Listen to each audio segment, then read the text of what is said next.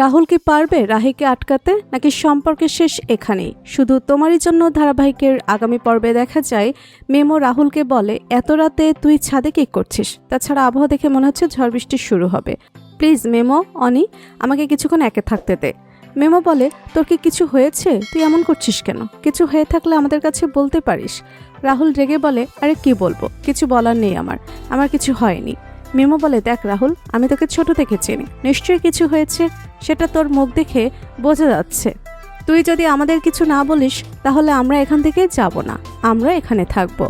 রাহুল বলে, তোরা কেন বুঝতে চাচ্ছিস না? আমার কিছুই বলার নেই। অনি বলে, আছে দাদাই, তুই কিছু একটা আমাদের থেকে লুকাচ্ছিস। রাহুল বলে, আমি ফেঁসে গেছি। অনি বলে, দাদাই তুই ফেঁসে গেছিস মানে? রাহুল বলে, হ্যাঁ রে অনি, একটা জালে ফেঁসে গেছি। আমি সেখান থেকে কোনোভাবেই বের হতে পারছি না। আমাকে ঠকানো হয়েছে, ওদের পুরো পরিবারটা আমাকে ঠকিয়েছে। মেমো বলে, এসব কি বলছিস রাহুল? তোর মাথা ঠিক আছে তো? রাহুল বলে, হ্যাঁ আমার কথা ঠিক আছে, আমাকে ওরা ঠকিয়েছে। আমি এর বেশি আর কিছু বলতে চাই না, দয়া করে আমাকে একটু একা থাকতে দে তোরা। মেমো বলে, রাহুল, তিতলি কি তোদের কিছু ভুল বুঝিয়েছে? রাহুল রেগে যায়, তিতলি? কিসের তিতলি? ভাই আমি বুঝতে পারছি না কোনটা ভুল কোনটা সঠিক। মেমো বলে, তুই কেন এমন করছিস? রাহুল বলে, ভাই দয়া করে আমাকে একটু একা থাকতে দে, তোরা এখান থেকে যা।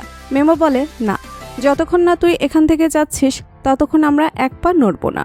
অন্যদিকে অনি হ্যারিকে কল দেয়। অনি বলে, কি ঘুম নষ্ট করে দিলাম? হ্যারি বলে, না না, আমি জেগেই ছিলাম, বসে বসে তোমার কথাই ভাবছিলাম। অনি বলে, বুঝতে পেরেছি।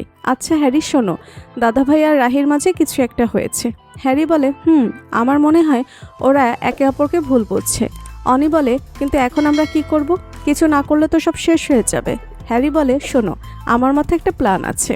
অন্যদিকে দেখা যায় হ্যারি প্ল্যান অনুযায়ী রাহিকে কল দিয়েছে। রাহি বলে, হ্যারি সব ঠিক আছে তো? ওই বাড়ির সবাই ঠিক আছে? এত রাতে কল দিলি কেন? হ্যারি বলে, না কিছুই ঠিক নেই রাহি, জলদি তোদের ছাদে আয়। রাহি বলে, তুই এই বাড়িতে কি করছিস? দাঁড়া আমি আসছি। অন্যদিকে অনি মেমোকে বলে, মেমো দাদা চলো এখন আমরা যাই, প্ল্যান অনুযায়ী বৌদিদি ছাদে আসছে, চলো চলো আমরা যাই। রাহি ছাদে এসে দেখে রাহুল শুয়ে আছে। রাহি বলে, তোমার যদি আমার সাথে কথা বলারই ছিল তাহলে নিজে ফোন দিলেই তো পারতে। রাহুল বলে, মানে? তোমাকে কে রেখেছে এখানে? রাহি বলে, মানে কি? হ্যারি আমাকে ছাদে আসতে বলল, দাঁড়াও আমি এখনই ফোন নিই, হ্যারিকে কল দিচ্ছি। এই বলে রাহি চলে যেতে চায়, কিন্তু পারে না। অনিও মেমো বাইরে থেকে ছাদের দরজা লাগিয়ে চলে যায়। রাহুল ও রাহি চেষ্টা করেও দরজা খুলতে পারে না। হঠাৎ করে ঝড় বৃষ্টি শুরু হয়। রাহুল ও রাহি বৃষ্টি থেকে বাঁচার জন্য ছাদের এক কোণায় গিয়ে দাঁড়ায়। আকাশে বজ্রপাত হলে রাহুলকে রাহি জড়িয়ে ধরে। তাদের মাঝে সৃষ্টি হয় এক প্রেমের জোয়ার। অন্যদিকে দেখা যায় রাহুলের বাবা মা বলছে, একই হঠাৎ ঝড় বৃষ্টি শুরু হলো। হঠাৎ খেয়াল করে রাহুলদের ঘরের দরজা খোলা, কিন্তু ঘরে কেউ নেই। রাহুলের মা চিন্তায় পড়ে যায়। হঠাৎ দেখে অনি নিজের রুমের দিকে যাচ্ছে। রাহুলের বাবা বলে, কি রে অনি, রাহুল রাহি কোথায়? অনি ঘাবড়ে যায়, তোতলাতে থাকে, দাদাভাই ছাদে গেছে। এই বলে সে নিজের ঘরের দিকে ছুটে যায়। রাহুলের মা ছাদে যেতে চাইলে রাহুলের বাবা নিষেধ করে, থাকুক না, ওরা একটু একা সময় কাটাচ্ছে, কাটাতে দাও। কিন্তু রাহুলের মা কিছুতেই মানে না, জোর করে ছাতা নিয়ে ছাদে চলে যায়। ছাদে গিয়ে দেখে রাহি রাহুলকে জড়িয়ে ধরে আছে। রাহুলের মা চিৎকার করে বলেন, এ কি করছো তোমরা? রাহুলের মাকে দেখে রাহি চলে যেতে চায়। রাহুলের মা বলে, রাহুল, এ নির্লজ্জ মেয়ের সাথে তুই কি করছিস এখানে? রাহি রেগে যায়, আমি নির্লজ্জ নাই, না আমি চলে যাব, আমি আপনার ছেলের জীবন থেকে চিরকালের জন্য চলে যাব। এই কথা বলে রাহি নিজের রুমে চলে যায়। রাহুলও পেছনে পেছনে যায়। রাহুল বলে, তুমি চলে যাচ্ছিলে যাও, কিন্তু মার সাথে এরকম আচরণ না করলেও তো পারতে। রাহি বলে, হ্যাঁ আমি তো চলে যাচ্ছি, তারপর না কাউকে বিয়ে করে এনে শিখিও কিভাবে মার সাথে আচরণ করতে হয়, তুমি আমাকে শেখাতে আসবে না।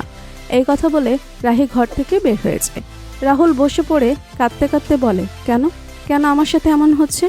যতবার রাহি বলছে সে চলে যাবে ততবার কেন আমার কষ্ট হচ্ছে? তো বন্ধুরা, শুধু তোমারই জন্য ধারাবাহিকের আগামী পর্বে তোমরা কি দেখতে চাও? কমেন্টে জানাতে ভুলবে না।